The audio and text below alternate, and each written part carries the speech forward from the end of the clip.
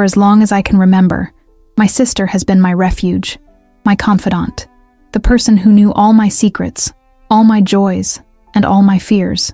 We grew up like two branches of the same tree, different but deeply connected. We shared a room, clothes, stories. We covered for each other when one of us lied to get out. We defended each other when someone hurt us. We supported each other through every difficult time. If someone asked me who I loved most after my parents, I wouldn't hesitate. Her. There was no doubt. There could be no betrayal where there was so much history.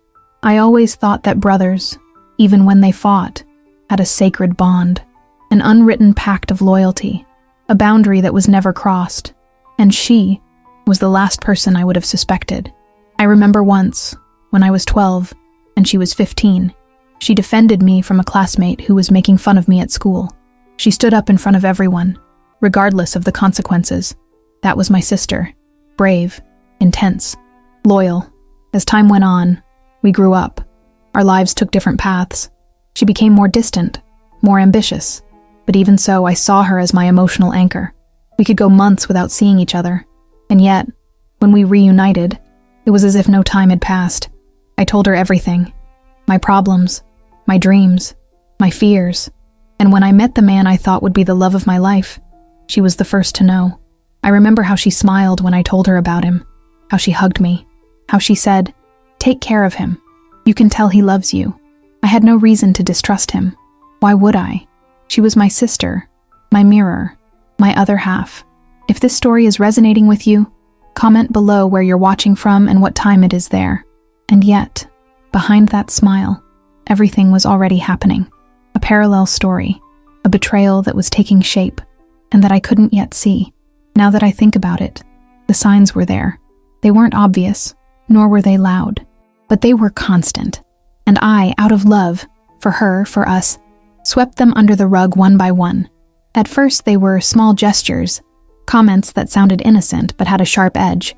When I talked about my partner, she would say things like, "He's very handsome, isn't he?" Or, "Are you sure he's for you?" Always with a smile, as if they were jokes. I laughed too because that's how I was raised. Not to dramatize, not to make a big deal out of nothing. After that, I began to notice his constant presence. He started coming over more often, even when I wasn't there. He'd tell me he was checking on the dogs, helping out with something, or just passing by, and my partner never seemed bothered by it. On the contrary, they got along incredibly well. I once came home early from an engagement and found them in the kitchen, laughing as if they were sharing an inside joke. I was surprised, but I didn't say anything. How do you do that without seeming paranoid? Once again, my sister stayed over. At midnight, I went to get some water and saw the living room light was on. I could hear whispers. When I went in, they were watching a movie together. Nothing out of the ordinary, but the air felt heavy, as if something invisible was happening between them and I was the intruder. My partner started being more distant with me, colder. He told me he was stressed, that it was all in my head, that I was imagining things. And my sister, when I complained, would say, "You have to trust him. Don't be insecure." And I believed him, because it was her, the same one who once defended me in front of half the school, the one who shared my childhood, the one who promised me she would always be there for me. The love I had for him blinded me, and deep down, a part of me preferred to remain in the dark, because turning on the light could change everything. It was a Sunday. It was an ordinary day, with warm sunshine and the smell of toast in the house. We were organizing a small family meal. My sister had arrived early to help. My partner was in the garden, tending to some plants. Everything seemed normal, peaceful. I was in the kitchen when his cell phone rang. It was charging on the counter. It vibrated several times in a row. I went over just to see if it was something urgent. A habit, a trust learned over the years. And what I saw on the screen left me paralyzed. It was a message from my sister, short, direct. "I miss you. Last night was perfect." I felt an immediate emptiness in my stomach. My heart pounded in my chest like a fist. I didn't want to, but I started the conversation. I couldn't help it. There they were, weeks, months of messages, hidden dates, whispered phrases, photos, promises. Every word was a blade. "When are you going to tell him? I can't stand having to pretend. You're better off with me and you know it." My breath caught in my throat. I closed my phone. I left it where it was. I didn't say anything. She went into the kitchen. "Is everything all right?" he asked. I looked at her, and for a moment, I doubted our entire history, from each shared birthday, from every childhood night, of every "I love you" he had said to me. Who was that woman in front of me? "I don't feel well," I said, not knowing what else to say. She just nodded, as if nothing had happened, as if she weren't carrying the weight of having destroyed everything from within. That day, we ate as if nothing was wrong. We laughed as if nothing was wrong. And I began to die in silence. But also, at that very moment, something in me began to be reborn, because I didn't react by yelling, not even with tears. I reacted with silence, and with a decision. They had betrayed each other by trusting that I would never discover them, and that was going to cost them more than they imagined. During the following days, the house became a stage where I acted. I moved with the precision of someone who no longer feels, only observes. I studied my sister's every gesture, his every glance, every coincidence disguised as chance. But what hurt me the most was not what they took from me. That's what they broke without even realizing it. Because the betrayal wasn't just against me.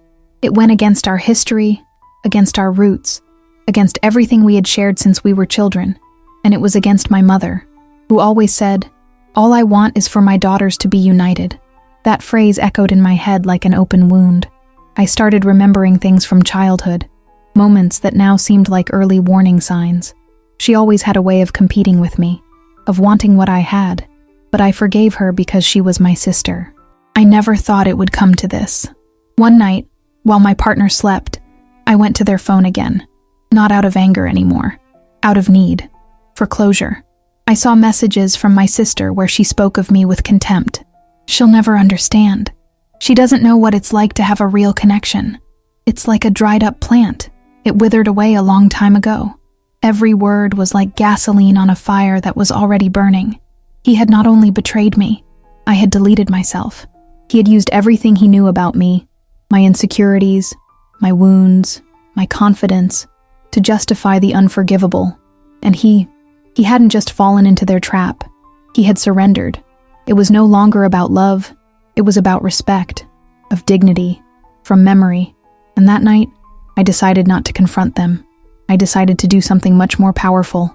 Silence me, not out of weakness, but because I understood that they didn't deserve my shouting. They deserved my steps moving away. From that day on, I chose the most unexpected strategy: to do nothing. No confrontation, no shouting, no breaking dishes, no writing farewell letters. I simply observed. I acted with the same courtesy with which they lied to me. I became invisible, but not weak. While they continued to believe everything was under control, I was silently building my way out. And every gesture I feigned only added another wall between us. I started putting my things away in secret. Documents, mementos, photos. I slowly emptied my heart. I emotionally prepared myself to leave without looking back, all without saying a single word. I remember one particular night. The three of us were in the living room, watching a movie. I saw them looking at each other, a look I would have ignored before. Now it burned inside me. But I didn't show anything, because something in me had changed. I no longer needed them to confess the truth to me. They had already given it to me, in their own way, with every lie, every stolen caress, every clumsy excuse. And I, in that silence, grew strong. I went to my mother's house and sat next to her. I took her hand. I didn't tell her anything. I just said, "I'm learning to listen better, to understand what lies behind what isn't said." She looked at me, as if she understood everything without words. My sister and he thought they had me under control, that the sustained lie was a functional truth. But they hadn't counted on the fact that silence can also be a weapon, a shield, and a sentence. Because what is left unsaid also has consequences, and mine was yet to come. It wasn't long before the cracks started to show, not in my life, but in theirs. The curious thing about karma is that it doesn't always arrive with a bang. Sometimes it enters silently, like a cold draft that chills everything before it breaks. He started to falter at work. They say his performance dropped, that he couldn't concentrate, that he was late. He no longer had any excuses to protect himself. My sister, meanwhile, began to seem more anxious, more tense. She wrote to me less often, and when she did, It was about superficial things, as if she were trying to keep alive a relationship she herself had broken. One day, I received a call from a mutual friend. "Did you know that they don't speak to each other anymore?" he told me. I feigned surprise. "It seems there was a big fight. They say something went wrong between them. I don't know if you knew." I replied with a calmness that surprised even myself. No, I had no idea. Deep down, she knew that intervening wasn't necessary, that their own decisions were undoing everything they thought they controlled. And then information started coming in from all sides. She lost an important project. She had lied on an application, and someone found out. He had to move because of financial problems. Neither of them told me. I just knew, as if the universe, at last, was returning the pieces it had taken from me. I felt no joy, nor revenge. I felt justice, the kind of justice that comes when you decide not to get your hands dirty, the kind of justice that life itself delivers, without you having to move an inch. And I, who had been the victim of such a profound betrayal, found myself at peace, not because they fell apart, but because I no longer needed to hold on to what didn't belong to me. My world was no longer theirs, and that was my greatest victory. Months passed, and with them, the echo of their betrayal grew ever more distant. I moved on, step by step, rebuilding my world without noise, without spectacle, without them. But what struck me most was seeing how life, in its mysterious coherence, gave them back exactly what they had sown. My sister, who had always been confident, charismatic, admired, began to find herself alone. Friends who once surrounded her drifted away. Opportunities that always came her way stopped appearing. Her light faded. He, who had felt so invincible, lost the respect of those who knew him. Not because of anything I said. I didn't say anything. It was his own reflection that exposed him. One afternoon, I ran into a mutual friend. She told me something I'll never forget. "You know, we all knew you were the real one. They were just a sad episode. But you knew how to get out without getting your hands dirty. That's strength." And I understood something. Karma doesn't always come as punishment. Sometimes it's a scene, a revelation, an inevitable consequence that arrives with the exact weight of each decision. My sister tried to contact me one day. She wrote me a long message, full of explanations, with words like confusion, mistake, and pain. I didn't answer, not out of pride, but because I understood that some answers should not be given. There are wounds that don't heal with apologies, but with distance. And that forgiveness is not given to relieve the other person, but to free oneself. Seeing them lose what they took from me didn't make me happy, but it gave me back something even more important. The certainty that the truth always finds its way. And when it does, you no longer need justice, because karma has already done its part. Today, I live far removed from that story. Not because I've forgotten it, but because I've learned to live with its weight, without letting it crush me. I'm no longer the woman who trusted blindly, nor am I the woman who wept silently while her world crumbled. I am someone else, more aware, stronger, more myself. I forgave, but not in the sense of saying everything is fine. I forgave him, so I wouldn't get trapped in his betrayal. I forgave so I wouldn't live with poison in my soul. I forgave in order to look in the mirror and recognize myself without anger. My sister is no longer part of my life. Neither is he. And that's okay. Not everyone who shared your story has to be in your future. I learned to surround myself with those who respect me, those who know how to take care of what is entrusted to them. I learned to trust again, but with my eyes open and my heart unwavering. And every time someone asks me if I would do the same thing again, trust, open up, give my soul, I answer yes, because their betrayal does not define my capacity to love. It is defined by my ability to survive without losing myself. Today I tell this story not out of pain, but for clarity, because I know there are many people out there who have felt a similar stab in the back, a betrayal that came from where they least expected it. To them I say, you are not alone. Your wound doesn't define you. Your reaction did. And if you choose to heal, walk away and rebuild yourself. Karma will do its thing. And you'll just have to live, free, strong, true. Sometimes life doesn't need witnesses. It just needs time.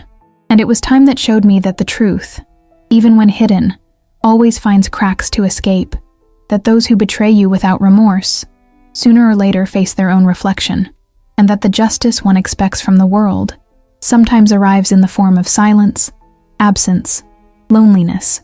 I didn't become a resentful person. I became someone who was awake. I no longer ask for explanations. I don't need them, because I understood that some battles are won simply by walking away, by letting life take care of what you can't force. And if you're watching this, and you feel like someone has let you down in the most painful way, breathe. Don't rush to seek revenge. Don't beg for answers. Don't grovel for a truth you already know. Just wait. And while you wait, get better. Because life takes care of it.